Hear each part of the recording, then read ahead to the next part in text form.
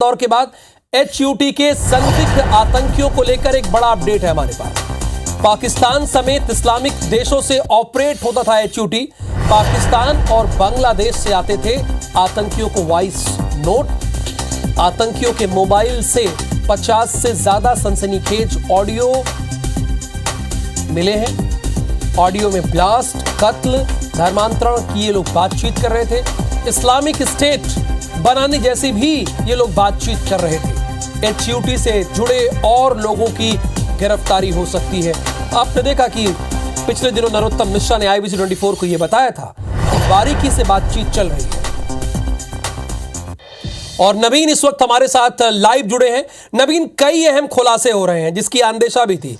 पाकिस्तान से पहली बात तो ऑपरेट हो रहा था, पाकिस्तान और बांग्लादेश से। एक और बात सामने आई है कि ये लोग इस्लामिक राष्ट्र बनाने का भी इनका लक्ष्य था, टारगेट था।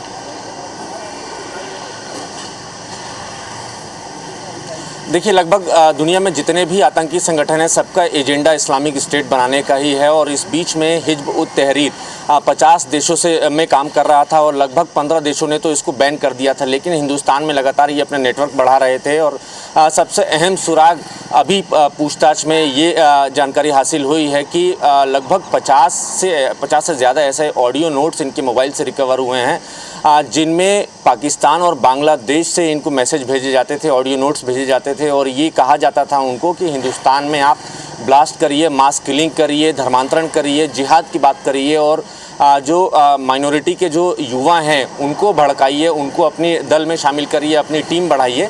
तो इस तरीके से लगातार नए खुलासे हो रहे हैं। ATS ने फिलहाल 10 आरोपियों की, 10 संदिग्ध आतंकियों की रिमांड ले रखी है और रिमांड के दौरान उनसे जो पूछताछ हो रही है, पूछताछ में ये अपडेट निकल रहा है। इससे पहले हमने बताया था कि ये लोग बड़े कोडवर्ड में बात करते थे, बिरयानी, लड्डू, इस तरीके के इनके सीक्रेट कोडवर्ड होते थे और उसके बाद बात करते थे। तो ये भी जानकारी निकल कर सामने आई है राहुल, कि बांग्लादेश और पाकिस्तान से ये ऑपरेट हो रहे थे और इस्लामिक स्टेट बनाना इनका एजेंडा था, धर्मांतरण करवाना, जिहाद के नाम पर जो मुसलमान नौजवान हैं उनको भड़काना, उनको अपने दल में शामिल करवाना और इस देश में अपनी टीम बड़ी करना। तो ये उनका प्रमुख एजेंडा था। फिलहाल 2010 से ये जानकारी मिली है कि 2010 से हिंदुस्तान में ये संगठन ऑपरेट हो रहा था। हैदराबाद इसका हेडक्वार्टर है।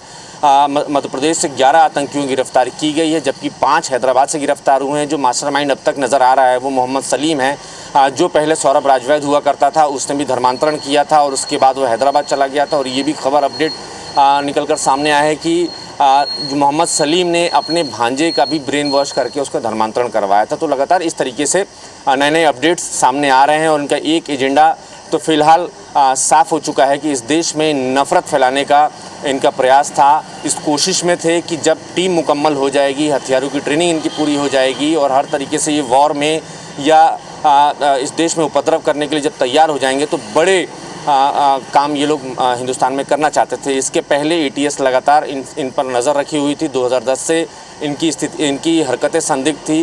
मध्य प्रदेश पुलिस की ATS लगातार इनको सर्विलांस पर रखी हुई थी। जैसा कि अब तक पूछताछ में इस बात का खुलासा है और जिस तरह से हमारे संवाददाता नवीन बता रहे हैं, उनके अकॉर्डिंग इनका मकसद आतंक फैलाना था, नफरत फैलाना था और इन्हें बांग्लादेश और पाकिस्तान से ऑपरेट किया जाता था। बहुत शुक्रिया नवीन इस पूरी जानकारी के लिए।